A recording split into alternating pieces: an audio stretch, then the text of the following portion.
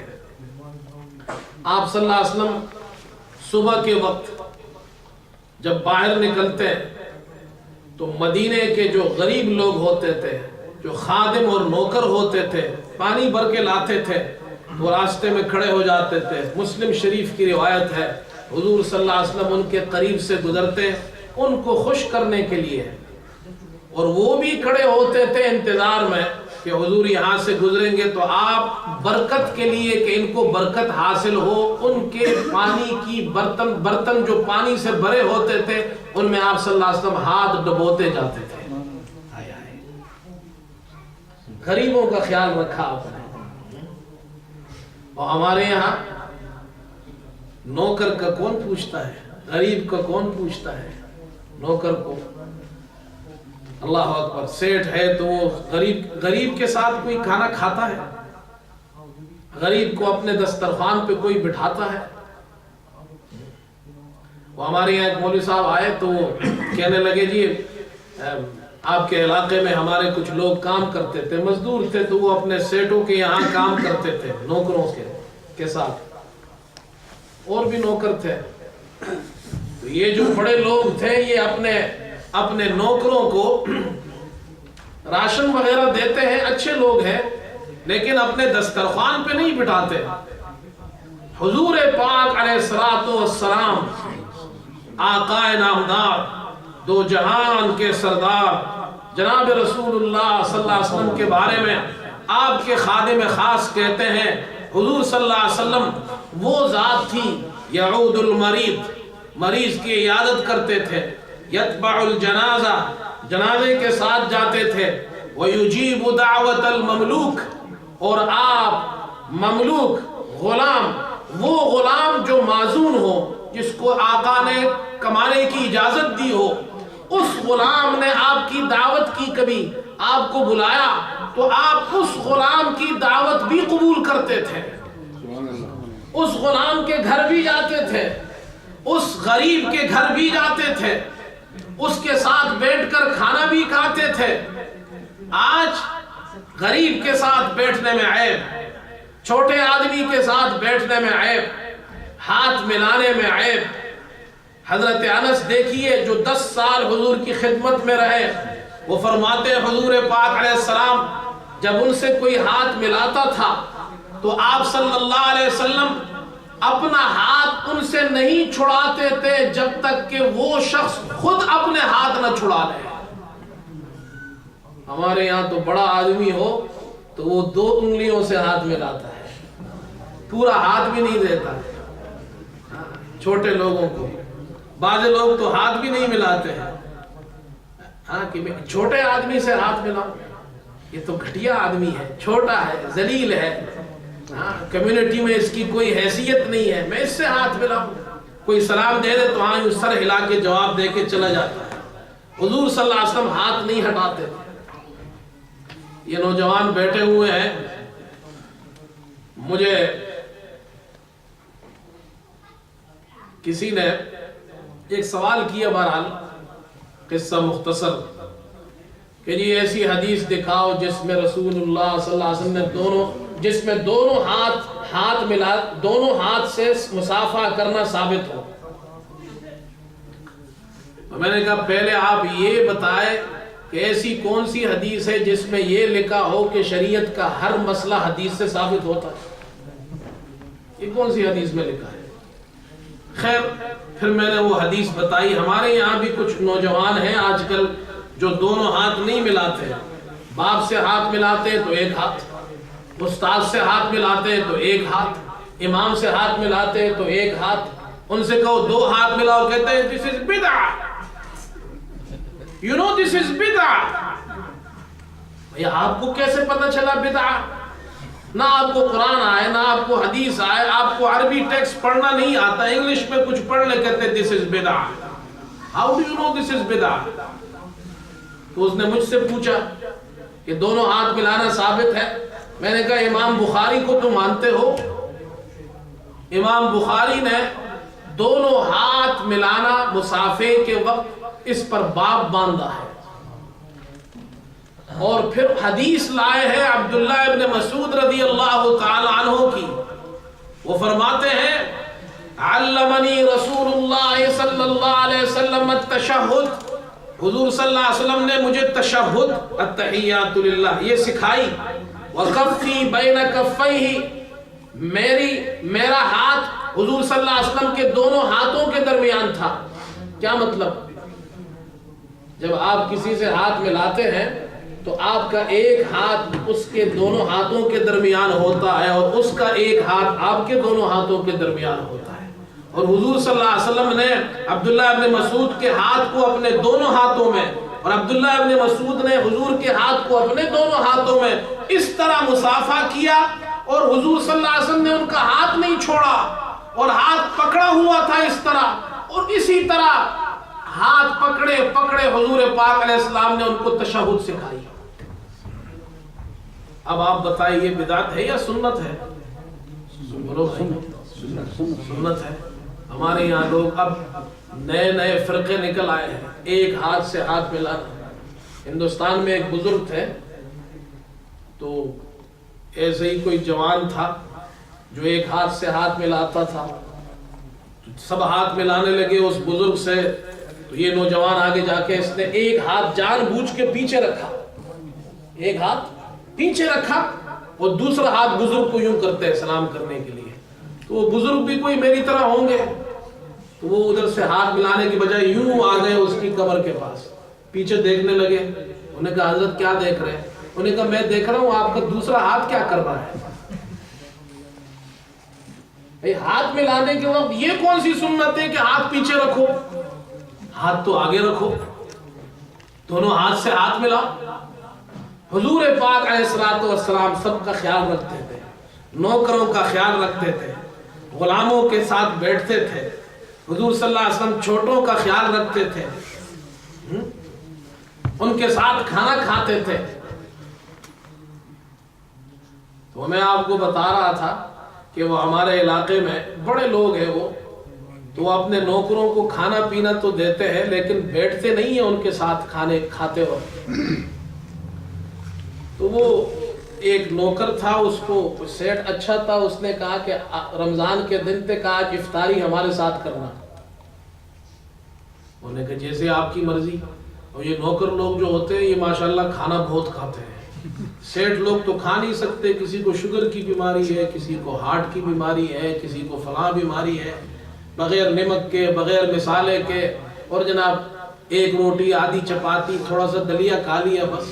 اللہ جس کو چاہتا ہے کھلاتا ہے، جسے اللہ نہ چاہے دنیا کی ساری چیزیں ہو اللہ حلق سے نہ اتارے کچھ نہیں کھا سکتا ہے.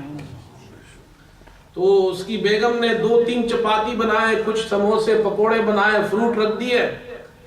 نوکر کو افطاری پہ بلایا تو نوکر سارا چھٹ کر گیا، سارا کھا گیا. یہ دونوں حیران، اتنا کھانا کھایا اس نے. کہا جی کچھ گزارا ہوا؟ کھانا کھایا آپ نے، کچھ پیٹ بھرا؟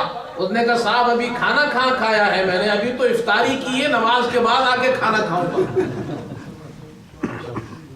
انہوں نے کہا دوسرے دن اپنے گھر میں ہی پکانا. حضور صلی اللہ علیہ وسلم غلاموں کے ساتھ بیٹھتے تھے، چھوٹوں کے ساتھ بیٹھتے تھے. وَيَرْكَبُ الْحِمَارِ، یہ چھوٹی چھوٹی باتیں ہیں لیکن اس سے قومیں بنتی ہیں.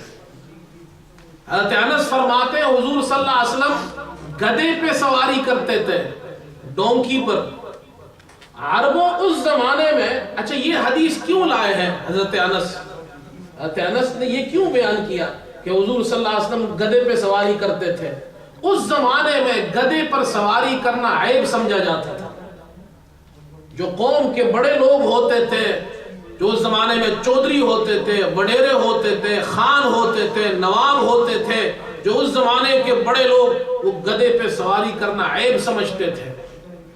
حضور پاک علیہ الصلوۃ والسلام نے گدھے پہ سواری کی، غریبوں کا خیال رکھا.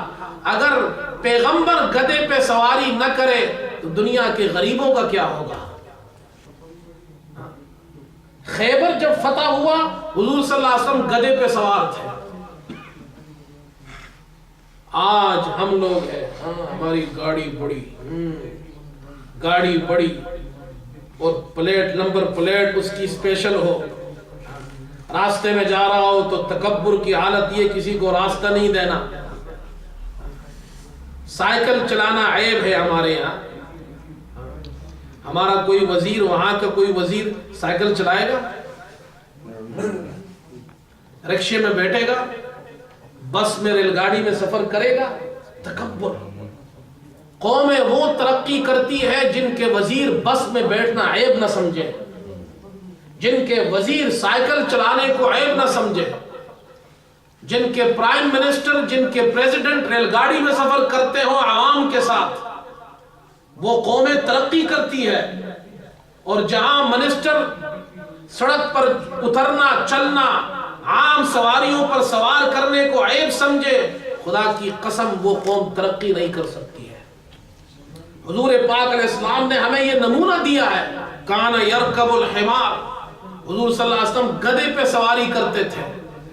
دنیا کو بتایا اپنے آپ کو جو جتنا بڑا آدمی ہوگا وہ اگر عوام کے ساتھ گل مل کر رہے گا, اپنے آپ کو بڑا نہیں بنائے گا, وہ قوم ترقی کرے گی, وہ عوام ترقی کرے گی, وہ ملک ترقی کرے گا. 50 گاڑیاں ساتھ اور کئی گھنٹوں تک راستے بند. اس میں غریب لوگ ہیں, بیمار لوگ ہیں, اسپتال تک نہیں پہنچتے, مر جاتے ہیں. کل بچہ پیدا ہو گیا رکشے میں, دیکھیں یہ حال ہے. یہاں کبھی سنا ہے آپ نے ایسا ہوا؟ اور اگر ایک دن ہو جائے نا, یقین جانی ہے ایک دن ہو جائے, وہ وزیر نہیں اس کی پوری پارٹی ختم ہو جائے گی, اسے کوئی ووٹ نہیں دے گا. اور یہ زمانہ, یہ اخلاق حضور نے ہمیں سکھائے, یہ سیرت حضور نے ہمیں سکھائی. یہ جو چائلڈ بینیفٹ آج اس صدی میں مل رہا ہے, آپ کو معلوم ہے دنیا میں سب سے پہلا چائلڈ بینیفٹ حضرت عمر رضی اللہ عنہ نے شروع کیا تھا. سب سے پہلا انہوں نے قانون بنایا. قانون یہ بنایا جو بچہ دودھ پینا چھوڑ دے, ماں کا دودھ چھوڑ دے, کھانا کھانا شروع کر دے, اسے وظیفہ ملے گا. عمر رضی اللہ عنہ رات کو چکر لگاتے تھے, ایک خیمے کے پاس گئے, ایک بچہ رو رہا ہے.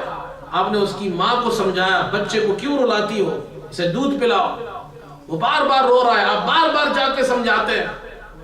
تو آخر وہ ماں بول پڑی. اس غور سے سنیے, امیر المومنین حضرت عمر, یہ وہ ہستی ہے لاکھوں میل دور ان کا نام سن کر دشمن تھر تھرا جاتا تھا, اور سامنے ایک بڑھیا ہے, اس بڑھیا کی بات کو عمر سنتے ہیں.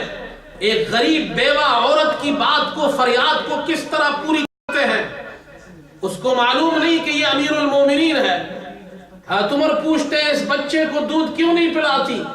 تو بڑھیا کہتی ہے تمہیں نہیں معلوم, امیر المومنین نے قانون بنایا جو بچہ دودھ چھوڑ دے, روٹی کھانا شروع کر دے, اسے حکومت کا وظیفہ ملتا ہے. میں غریب بڑھیا ہوں, میں چاہتی ہوں میرا بچہ دودھ چھوڑ دے, اسے روٹی دیتی ہوں, یہ روٹی کھاتا نہیں, دودھ مانگتا ہے, اس لیے رو رہا ہے. اللہ اکبر.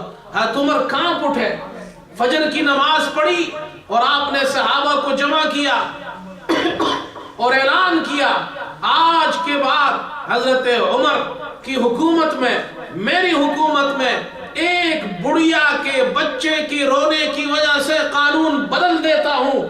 جو بچہ پیدا ہوگا پہلے دن سے اس کو چائلڈ بینیفٹ ملے گا. یہاں تو آج شروع ہوا, 1400 سال پہلے عمر نے شروع کیا تھا. یہ حضور کی وہ سیرت ہے جہاں یتیموں کا خیال تھا, جہاں بیواؤں کا خیال تھا, جہاں بوڑھوں کا خیال تھا, بے کسوں کا خیال تھا. اپنے ماتحتوں کے ساتھ اچھا سلوک رکھو. دوسری چیز مجھے مولانا نے بتایا, یہاں خواتین بھی بیان سن رہی ہیں. اب آگے چلو ذرا حضور کے گھر کو تو دیکھو. آج ہمارا گھر ہے, میاں بیوی میں جھگڑا, باپ بیٹے میں جھگڑا, بھائی بہن میں جھگڑا, جھگڑے ہی جھگڑے. اور مولوی صاحب کے پاس بیوی آتی ہے تو شوہر کے ساری خرابیاں سناتی ہے، میرا شوہر ایسا ویسا ایسا ویسا، تعویذ دے دو، مولوی صاحب اس کو تعویذ دے دیتے ہیں۔ دوسرے دن اس کا شوہر آتا ہے، وہ کہتی کہ میری بیوی ایسی ویسی، مولوی صاحب اس کو بھی تعویذ دیتے ہیں۔ یہ ہو رہا ہے نہیں ہو رہا؟ ایک مولوی صاحب کے پاس ایک خاتون گئی، جب وہ باتیں کرنے لگی تو وہ سمجھ گئے کہ یہ تو بڑی تیز ہے۔ انہوں نے کہا جی میرا شوہر یہ ہے، ہمارے جھگڑے ہوتے ہیں، یہ ہوتا ہے۔ انہوں نے کہا جی آپ کے پاس علاج میرے پاس ہے، یہ تعویذ لو، جب تمہارا شوہر سے جھگڑا ہو اسے منہ میں دبا لینا، اور اس تعویذ کی برکت سے وہ جھگڑا ختم ہو جائے گا۔ اب رات کو شوہر آیا، جھگڑا شروع ہوا، اس نے تعویذ منہ میں دبایا، جب تعویذ دبایا تو شوہر بڑا حیران کہ آج جواب نہیں دے رہی ہے، جھگڑا ختم ہو گیا۔ کچھ دنوں جب بھی جھگڑا ہو تو تعویذ منہ میں دبائے، کہنے لگی مولوی صاحب چنگا تعویذ دیتا ہے، بڑا پاورفل تعویذ دیا ہے۔ یہ ہمارا حال ہے گھروں کا، شوہر بیوی سے نالا، بیوی شوہر سے نالا، بچے پریشان۔ حضور پاک علیہ الصلوۃ والسلام، یہ حدیث سنیے، حضور پاک علیہ السلام فجر کی نماز پڑھتے ہیں، حضرت عائشہ فرماتی ہے، اور بیوی جب اپنے شوہر کے بارے میں کہہ دے کہ اس کی زندگی اتنی اچھی ہے تو سمجھ جاؤ کہ اس سے اچھا انسان دنیا میں نہیں گزرا۔ حضرت عائشہ فرماتی ہے حضور گھر میں تشریف لاتے، ہم بھی گھر جاتے ہیں، یہاں نماز پڑھتے پہلی صف میں، اور جناب بڑا شیخ تہجد بھی پڑھتا ہے، تسبیح بھی گما رہا ہے، پہلی صف میں نماز بھی پڑھتا ہے۔ یہ میں تہجد پڑھی ہے آج 8 رکعت، فجر کی نماز بھی پڑھی، 1 سپارہ بھی پڑھا، اس کے بعد گھر جاتا ہے، بیوی کو کہتا ہے ناشتہ لا، بیوی ناشتہ لاتی ہے، کہتا ہے چائے ٹھنڈی لائی ہے، شرم نہیں آتی گرم چائے لا، وہ گرم لاتی ہے، کہتا ہے چینی کم ہے، ناشتے پہ جھگڑا، چینی پہ جھگڑا، گرم ٹھنڈے پہ جھگڑا۔ آئیے ذرا حضور کو دیکھیے، میرا محمد صلی اللہ علیہ وسلم، وہ بھی گھر آتے ہیں، وہ بھی تہجد پڑھتے تھے، وہ بھی قرآن پڑھتے تھے، ساری ساری رات روتے تھے، اللہ کے سامنے گڑ گڑاتے تھے، فجر کی نماز پڑھتے تھے۔ پھر آئے گھر میں، عائشہ سے پوچھتے تھے، عائشہ ان کی بیوی ہے، حضور پوچھتے عائشہ کچھ ناشتے کو ہے؟ تو عائشہ کہتی ہے اے اللہ کے رسول جو رات کو کھایا تھا بس وہی، اب تو کچھ گھر میں نہیں، میرا پیغمبر ناشتہ کچھ نہیں، کھانے کو کچھ نہیں، ٹھنڈے گرم کی بات تو بعد میں ہے، چینی کی بات تو بعد میں ہے۔ میرا پیغمبر حضرت عائشہ سے کہتا ہے اے عائشہ تجھے پریشان ہونے کی ضرورت نہیں، اما انا فیضا صائم، آج محمد روزہ رکھ لیتا ہے۔ یہ نماز پڑھنا، یہ تہجد پڑھنا، یہ تسبیح گمانا، یہ بہت آسان ہے۔ یہ سیرت حضور کی کہ گھر میں بیوی نے ناشتہ نہ پکایا ہو اور کہہ دے کہ آج میں روزہ رکھتا ہوں، اس سیرت پہ عمل کرنا بہت مشکل ہے۔ یہ حضور کی سیرت ہے، یہ حضور کی بیوی بتا رہی ہے کہ میرا شوہر ایسا تھا، اور حضور پاک علیہ السلام کو دیکھے نہیں، آج شوہر کہتا ہے میری بیوی ٹھیک ہو جائے مجھے ٹھیک نہیں ہونا، بیوی کہتی ہے میرا شوہر ٹھیک ہو جائے مجھے نہیں، دونوں طرف سے پیار ہو، دونوں طرف سے محبت ہو، تب گھر کی گاڑی سکون میں چلتی ہے۔ جب گھر کی گاڑی محبت سے چلتی ہے، میاں بیوی میں آج سکون نہیں، آج پیسہ ہم نے بنا لیا، بنگلے ہم نے بنا لیے، گاڑیاں ہم نے خرید لی، وہاں پیچھے اپنے ملکوں میں بڑے بڑے جناب کیا ہے جائیدادیں خرید لی، یہاں گھروں میں آگ لگی ہے، نفرتیں بھری ہوئی ہے، جھگڑے ہیں۔ وجہ اس کی کیا ہے کہ جو سکون ہے وہ مال میں نہیں، وہ سکون پیسے میں نہیں، وہ سکون دولت میں نہیں، وہ سکون ملتا ہے حضور سے محبت کرنے میں، حضور کی سیرت کو اپنانے میں۔ آج وہ چیزیں ہم میں نہیں، اس لیے پریشان ہے۔ حضور صلی اللہ علیہ وسلم اپنی بیویوں کا کتنا خیال رکھتے ہیں۔ اسی حدیث میں امی عائشہ فرماتی ہے ایک دن حضور تشریف لائے صبح کے وقت، اب حضور کو تو پتا تھا کہ ناشتہ تو ہے نہیں گھر میں، ان کے یہاں تو ناشتہ کبھی کبھی ملتا تھا۔ انہوں نے سوچا کہ آج بھی ناشتہ نہیں، حضور نے روزے کی نیت کر لی، نفلی روزے کی۔ امی عائشہ فرماتی جب حضور آئے تو حضور صلی اللہ علیہ وسلم سے عائشہ کہنے لگی اے اللہ کے رسول آج کچھ حلوہ آیا ہے، کچھ مٹھائی آئی ہے تو آپ کو ناشتے میں پیش کرنا چاہتی ہوں۔ اب جواب سنیے حضور پاک علیہ السلام کا یہ نہیں کہ میں نے روزے کی نیت کر لی ہے اپنی مٹھائی سنبھالو، اپنا ناشتہ سنبھالو۔ حضور پاک علیہ السلام فرماتے ہیں میں نے تو روزے کی نیت کی تھی لیکن عائشہ تو نے حلوہ بنایا، حلوہ آیا ہے، تو پیش کرنا چاہتی ہے، لا محمد کے سامنے آج حلوے والا ناشتہ میں محمد اپنا نفلی روزہ توڑ دیتا ہوں۔ نفلی روزہ توڑ سکتے ہیں، فرضی نہیں۔ ایسا نہ ہو رمضان میں بیوی چائے لائے تو رمضان روزہ توڑ دے۔ مولوی صاحب نے کہا تھا پتہ چلے دوسرے دن میرا نام آگے آ رہا ہے، فتویٰ دی ایسا جناب انہوں نے۔ فرضی روزہ نہیں، نفلی روزہ۔ پورا مسئلہ معلوم ہو، آدھا مسئلہ نہیں۔ ہم لوگ آدھا مسئلہ اپنا والا مسئلہ لے لیتے ہیں جو ہمیں اچھا لگتا ہے، بعد والا چھوڑ دیتے ہیں۔ ایک آدمی کہنے لگا جی مجھے قرآن میں ایک آیت بہت اچھی لگتی ہے۔ انہوں نے کون سی؟ کہا کلو واشربو، کھاؤ پیو۔ انہوں نے کہا جی آگے بھی تو لکھا ہے ولا تسرفو، تجاوز مت کرو حد سے زیادہ۔ انہوں نے کہا میں نے کوئی ٹھیکہ لے رکھا ہے، اس آیت پہ میں عمل کروں گا، اس پہ تو کر لے۔ تو آدھا مسئلہ مت سیکھو۔ حضور صلی اللہ علیہ وسلم نے کون سا روزہ توڑا؟ نفلی روزہ آپ توڑ سکتے ہیں۔ مثال کے طور پر آپ نے روزہ رکھا نفلی، آپ دوست کے یہاں گئے، بڑی محبت سے پیار سے آپ کو خلوص سے کچھ پیش کرتا ہے، اس کی محبت کے لیے، اس کے دل کو رکھنے کے لیے آپ نفلی روزہ توڑ دیں، گناہ نہیں، اللہ اس توڑنے پر ثواب عطا کرے گا۔ یہ مسئلہ آپ نے کبھی نہیں سنا ہوگا، میں مسئلہ بتا رہا ہوں، یہ علماء بیٹھے ان سے پوچھ لیں۔ اپنی بیوی کے دل کو جیتنے کے لیے، اپنی بیوی کے محبت اور اخلاص کو، جو اس نے تمہارے لیے پیار سے کچھ چائے بنائی، ناشتہ بنایا اور بڑی پیار سے خلوص سے تمہارے لیے اس نے کچھ بنایا اور تم نے روزہ رکھا ہے، صرف بیوی کے محبت کی خاطر نفلی روزہ توڑنے پر اللہ ثواب عطا فرماتا ہے، لیکن فرضی روزہ نہ ہو۔ ایک بات، اور دوسرا وہ یہ کہ جو روزہ نفلی تم نے رکھا اور توڑ دیا، بعد میں اس کی قضا کرنی پڑے گی۔ یہ ہے حضور صلی اللہ علیہ وسلم۔ مولانا مجھے تو پتہ نہیں کتنا وقت ہے، کب تک بیان کرنا ہے؟ عشاء تک۔ عشاء کب ہوتی ہے آپ کی؟ 8 بجے عشاء ہوگی تو 2 گھنٹے۔ تو آپ نے کیا سمجھا کہ بس 2 باتیں کر کے چلے جائیں گے؟ 7:30 کتنے بجے؟ 7:30 بجے۔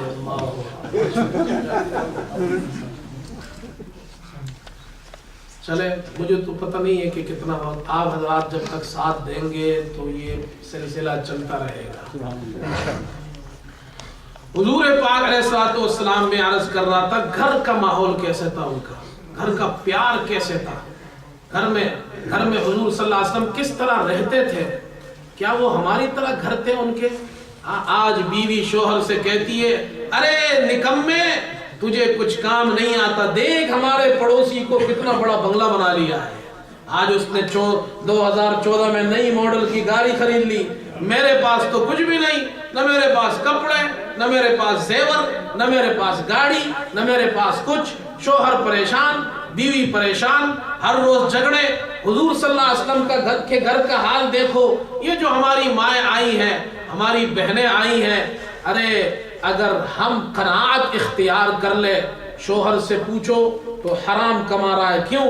مولوی صاحب حرام نہ کمائے گھر کا خرچہ پورا نہیں ہوتا ہے۔ اگر بیویاں ساتھ دے اپنے شوہروں کا، شوہر ساتھ دے بیویوں کا، سارے جھگڑے ختم، سارے مسئلے ختم۔ آج مسلمان ہو کر حرام کماتا ہے، کہتا ہے گاڑی کہاں سے خریدوں گا نئے ماڈل کی اگر حلال کماؤں گا، بنگلہ کہاں سے بنے گا؟ اور اگر بیوی کہہ دے نہیں مجھے حرام نہیں چاہیے، مجھے حرام کی گاڑی پسند نہیں، مجھے حرام کا گھر پسند نہیں، مجھے تو حلال کھلا، میرے پیٹ میں حلال جائے، میرے بچوں کے پیٹ میں حلال جائے، ہمارے بچے دیندار بن جائے، ہمارے بچے فرمانبردار بن جائے، میرے لیے گاڑی سے زیادہ، میرے لیے بنگلے سے زیادہ، میری اولاد مجھے بنگلے اور گاڑی سے زیادہ پیاری ہے۔ یہ حضور کا حضور کی سیرت ہے. حضور صلی اللہ علیہ وسلم کس گھر میں رہتے تھے آپ سوچ سکتے ہیں؟ حضرت عائشہ فرماتی ہے، بخاری کی روایت ہے، حضرت عائشہ اور حضور کا جو جھونپڑا تھا، یعنی حضرت عائشہ کا جو گھر تھا وہ گھر نہیں جھونپڑا تھا. حضور اور یہ حضرت عائشہ خود روایت کرتی ہے جب حضور صلی اللہ علیہ وسلم رات کو تہجد کے لیے کھڑے ہوتے تو میں لیٹی ہوتی تھی، حضور تہجد پڑھتے تھے. اور جب حضور سجدے میں جاتے تو میں اپنے پاؤں سکیڑ لیتی تو حضور سجدہ کرتے. جب حضور سجدہ کر کے اٹھ جاتے تو میں اپنا پاؤں بچھا لیتی. اتنا چھوٹا سا گھر جس میں دو میاں بیوی رہے اور شوہر سجدہ کرے تو بیوی اپنے پاؤں نہ پہلا سکے، اتنے چھوٹے سے جھونپڑے میں اللہ کے پیارے پیغمبر نے زندگی گزاری ہے. آج ہمارے بڑے بڑے بنگلے ہیں لیکن اس دلوں میں سکون نہیں، اس لیے کہ ہم حضور کے طریقے سے ہٹ گئے اور راستوں سے ہٹ گئے. ماؤں کو چاہیے اپنی اولاد پہ محنت کرے. یہ جو میری مائیں آئی ہیں، بہنیں آئی ہیں، یاد رکھیے 10 آدمی ہو نا، 10 آدمی وہ ایک بچے کی تربیت نہیں کر سکتے جو ایک ماں کر سکتی ہے. 10 آدمی اور 10 چھوڑیے 100 آدمی، آپ 100 پروفیشنل جمع کر دے، وہ آپ کے بچے کی تربیت نہیں کر سکتی جو ایک اچھی ماں کر سکتی ہے.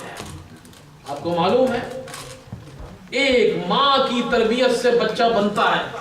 ماں کے جو اخلاق ہوں گے، ماں کی جو عادتیں ہوتی ہے، ماں کے اندر جو خوبیاں ہوتی ہے وہ بچوں میں جاتی ہے. ماں کر سکتی ہے تربیت.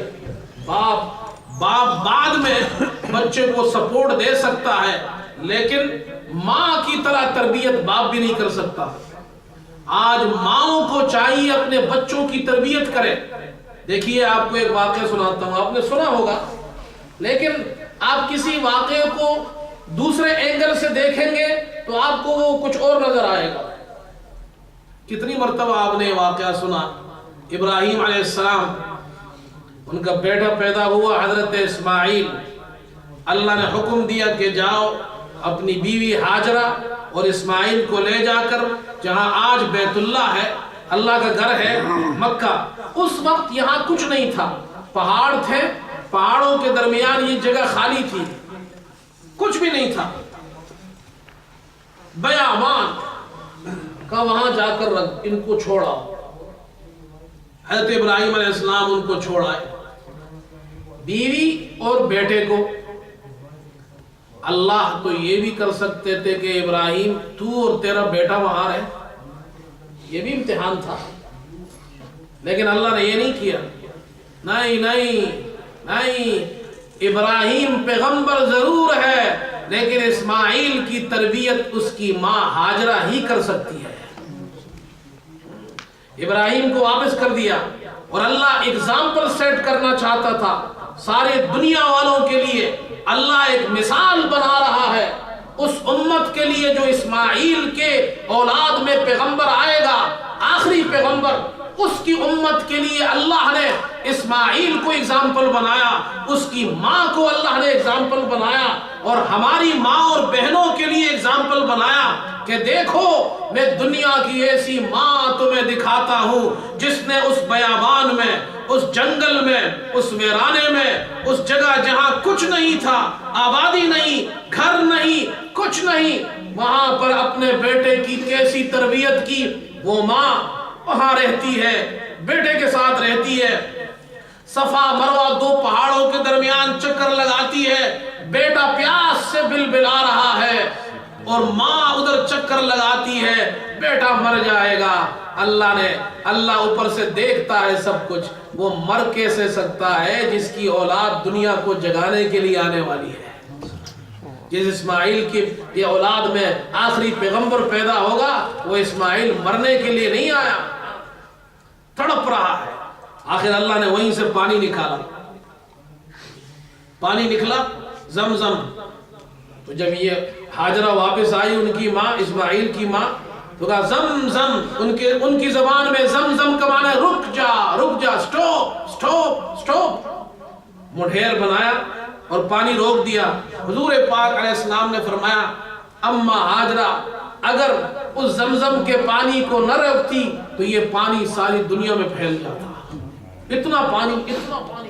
آج بھی وہ یہ کنواں نہیں ہے زمزم، یہ نہر ہے. پانی نکل رہا ہے لاکھوں ٹن کے حساب سے، ختم ہی نہیں ہوتا. میں نے وہ کنواں دیکھا ہے، اب تو بند ہو گیا.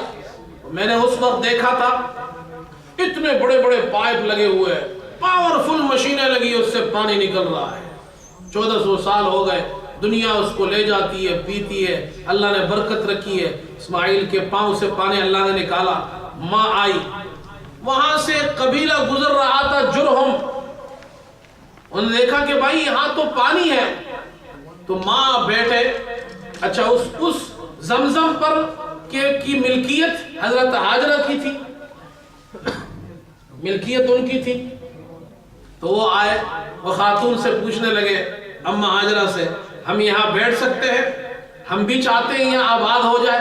اللہ پاک جب کسی کی مدد کرنا چاہے تو اللہ پاک دوسرے قوم قبیلے کو لا کر وہاں بٹھا دیتا ہے. اب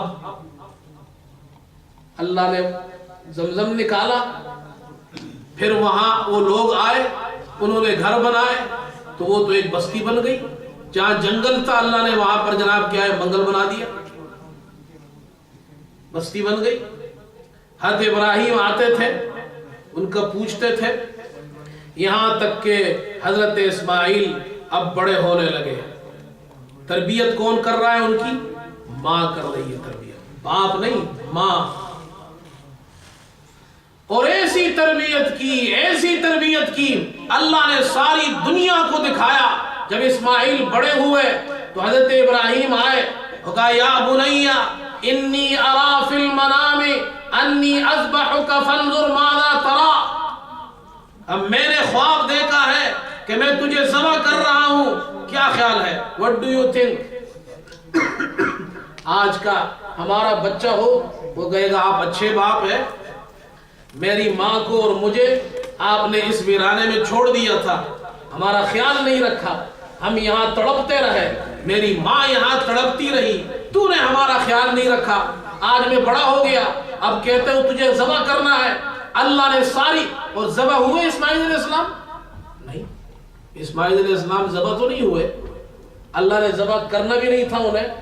لیکن دنیا کو دکھانا تھا کہ جب ایک ماں اپنے بچے کی تربیت کرنے کے لیے تیار ہو جائے، اور جب ہاجرہ نے اسماعیل کی تربیت کر لی تو اللہ نے دنیا کو دکھایا کہ ابراہیم اپنے بیٹے سے پوچھتا ہے تیرے گلے پہ چوری پہننی ہے، تو اللہ نے اگزامپل سیٹ کر دی. اسماعیل نے کہا یا ابت افعل ما تؤمر، ساری دنیا کو بتا دو میں اسماعیل اس ماں کی تربیت میں نے پائی ہے جس کا نام ہاجرہ ہے. میری ماں نے میری ایسی تربیت کی، آج میرا باپ میرے گلے پہ چوری پہنتا ہے، میں اس کے لیے بھی تیار ہوں.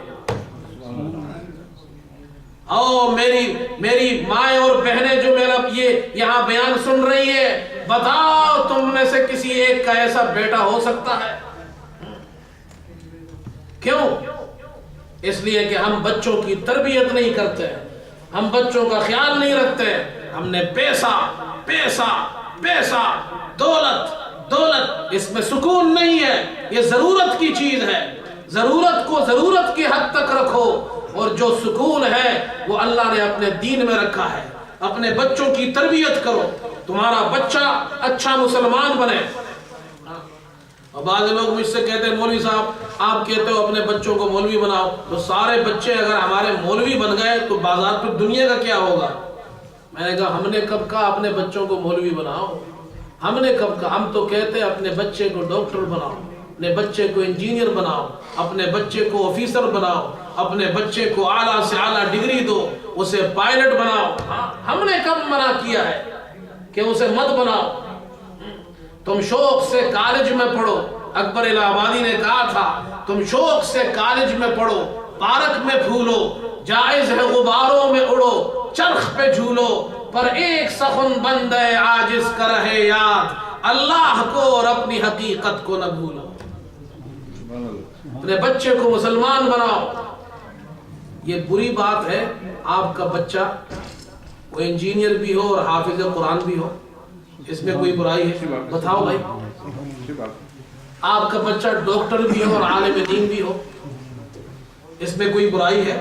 اور ہو سکتا ہے، ہو سکتا ہے آپ کا بچہ بہت بڑی کمپنی کا ڈائریکٹر ہو، آپ کا بچہ چیف جسٹس ہو، آپ کا بچہ جناب کیا ہے اس کی لمبی گاڑی ہو جس پر آگے جھنڈا لگا ہوا ہو، کورٹ میں کرسی پہ بیٹھ کے فیصلے کرتا ہو، جب اذان کا وقت آئے اذان کی آواز سن کر وہ کورٹ سے نکلے، اس جھنڈے والی گاڑی میں بیٹھے، مسجد کے سامنے گاڑی کھڑی کرے، پہلی صف میں نماز پڑھے، امام نہ ہو تو خود آگے چل کر نماز پڑھائے، اس سے زیادہ خوش نصیب والد ہو سکتا ہے؟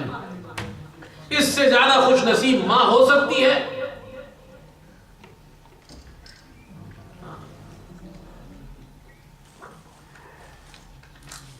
میں مکہ مکرمہ میں تھا تو ایک ہاسپٹل جانا پڑا،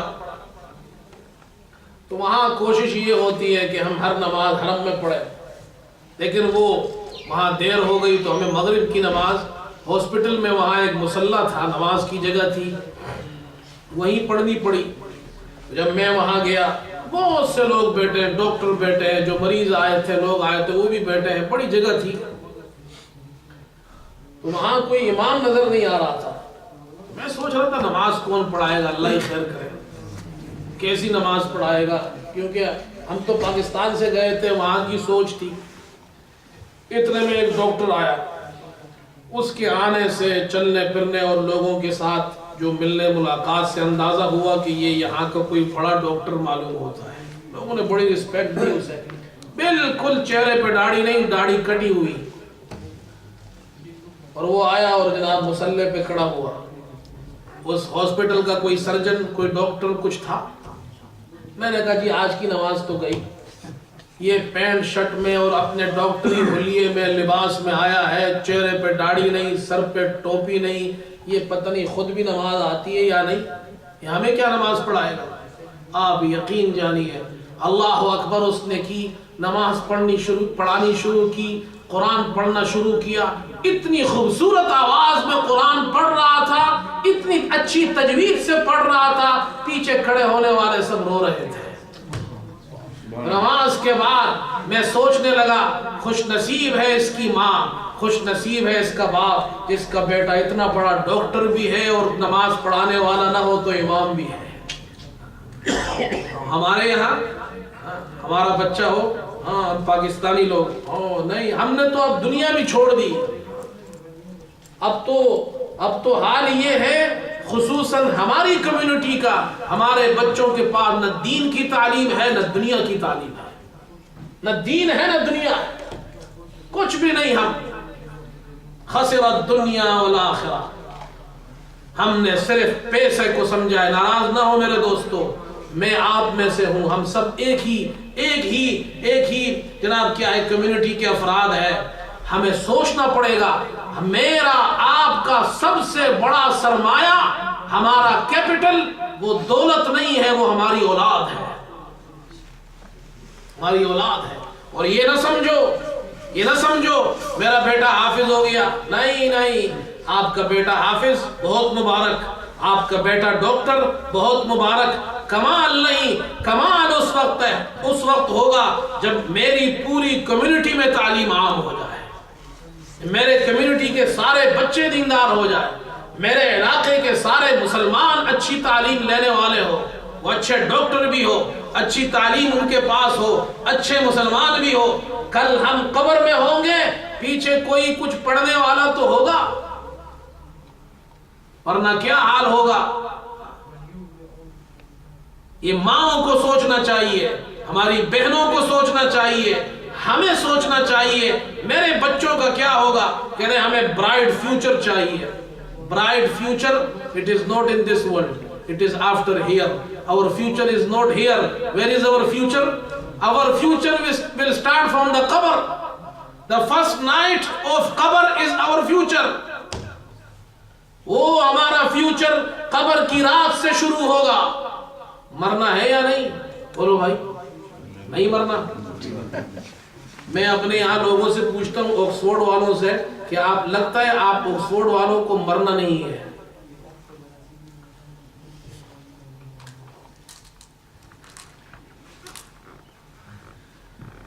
اچھا, بعض لوگ کہتے ہیں مولوی صاحب موت کی بات نہ کرو, موت کا ذکر کرو, کہتے نہیں موت کی بات نہ کرو, موت سے ڈر لگتا ہے.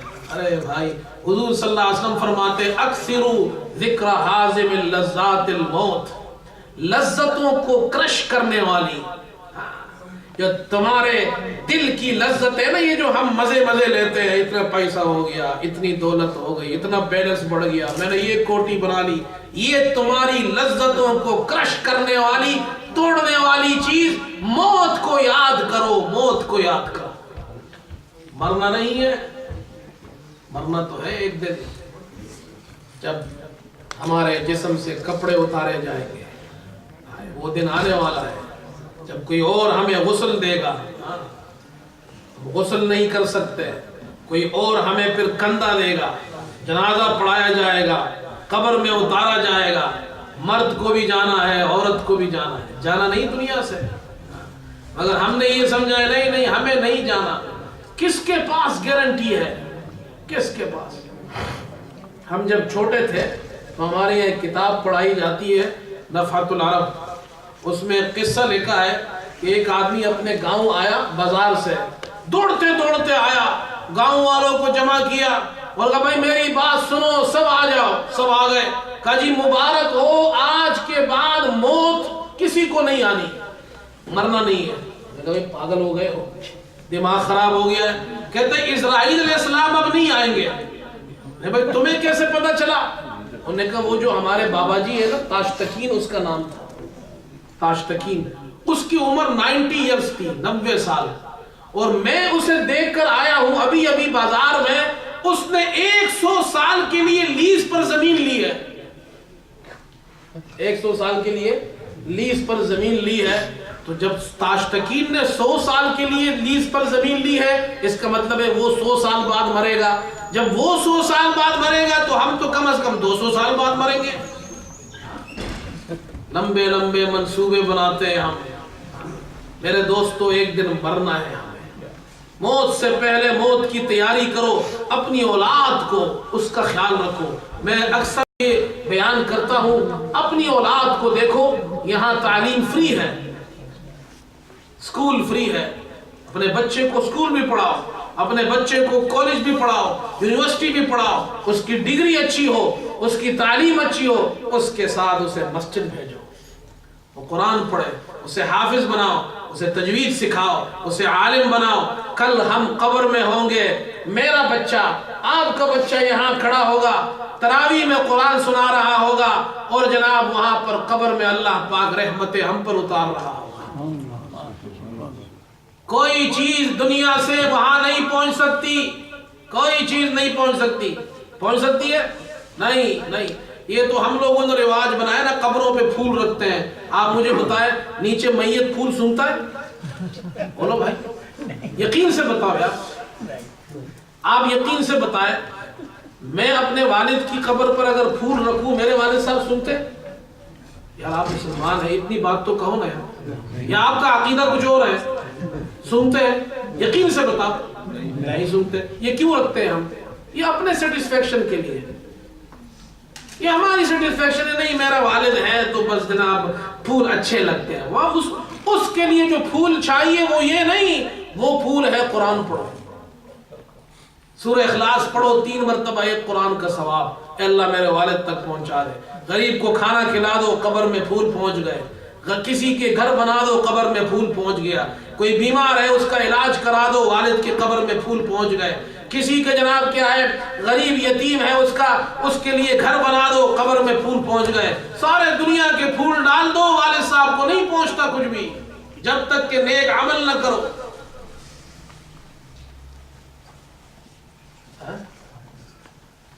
چلو جی, مہلت مل گئی اللہ کی. میں نے کہا ساری تقریریں آج ہی کرنی ہے.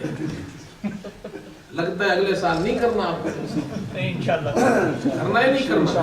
انشاءاللہ کرے. یہ اپنے بچوں کو بھی لائے.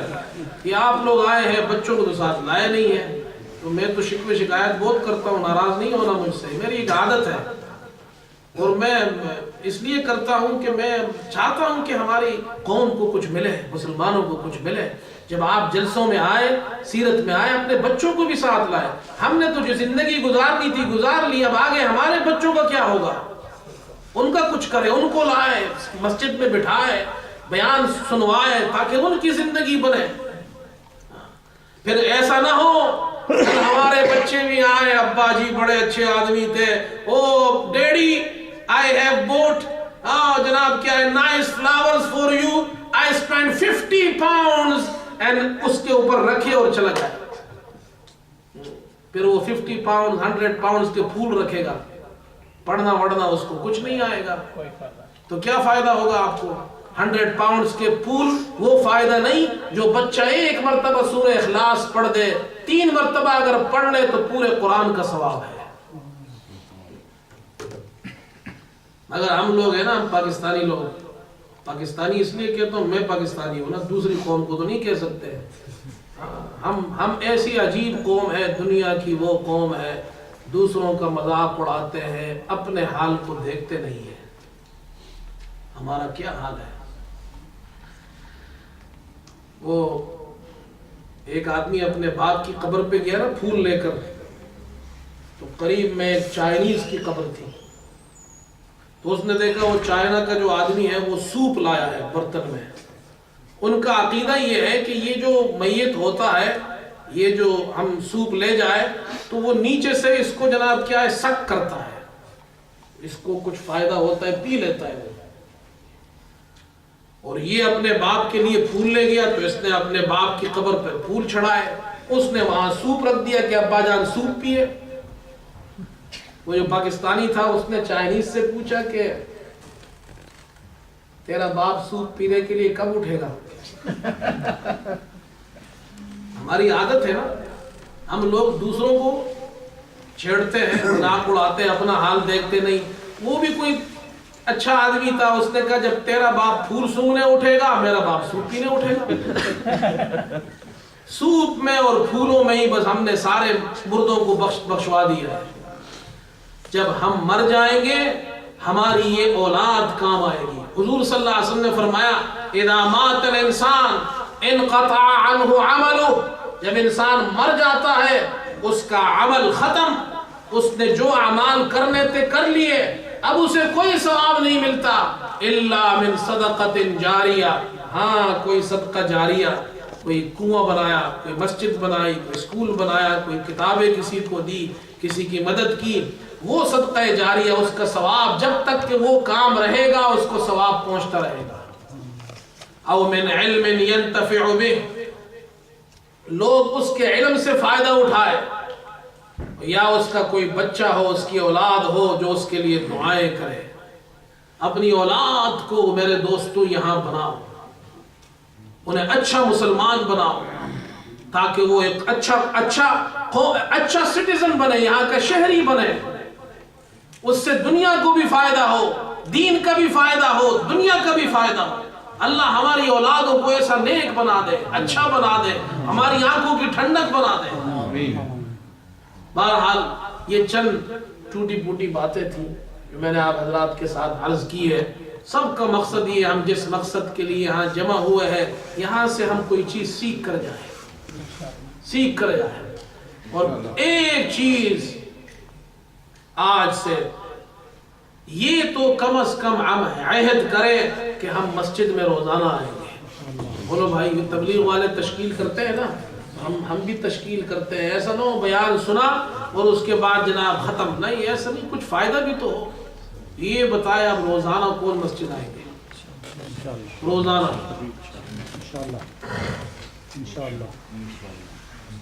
روزانہ. اللہ دیکھو فرشتے دیکھ رہے ہیں, ایسا نہ ہو کہ پھر فرشتے پوچھے روزانہ آئیں گے. دوسری بات, اپنے بچوں کو بھی لائیں گے روزانہ. کون کون لائے گا روزانہ اپنے بچوں کو؟ اور جب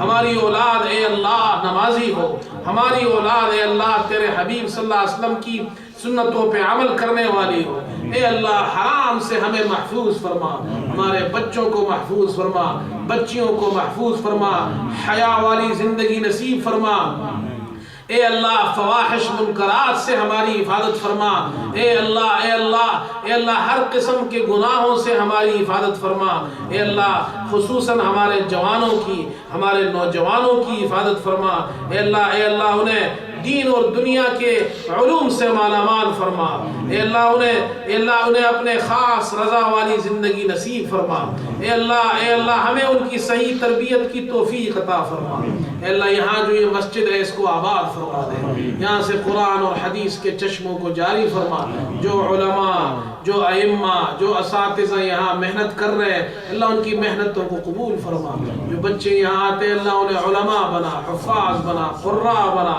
اے اللہ قبر کے عذاب سے محفوظ فرما، آخرت کی ذلت و رسوائی سے ہماری حفاظت فرما، جہنم کے عذاب سے اللہ ہماری حفاظت فرما، جنت الفردوس میں اعلیٰ مقام نصیب فرما دے، حضور پاک علیہ السلام کی شفاعت ہمیں نصیب فرما، ان کے دست مبارک سے حوض کوثر کا پانی ہمیں نصیب فرما، اے اللہ جنت الفردوس میں اعلیٰ مقام نصیب فرما دے، اے اللہ جب ہماری موت کا وقت آئے تو دین پر ایمان پر اے اللہ کلمہ شہادت پر ہمیں موت نصیب فرما دے، اے اللہ کلمہ شہادت پر ہمیں موت نصیب فرما دے، اے اللہ کلمہ شہادت پر ہمیں موت نصیب فرما، اے اللہ ہماری ان دعاؤں کو قبول فرما، ہماری جائز حاجات کو قبول فرما، جو پریشان حال ہے اللہ ان کی پریشانیوں کو دور فرما دے، جو بے اولاد ہے انہیں نیک اولاد نصیب فرما، جو با اولاد ہے ان کی اولادوں کو نیک بنا، جو قرضوں میں اللہ انہیں قرضوں سے نجات نصیب فرما، اے اللہ دنیا کے کاروبار میں حلال رزق میں برکت نصیب فرما دے،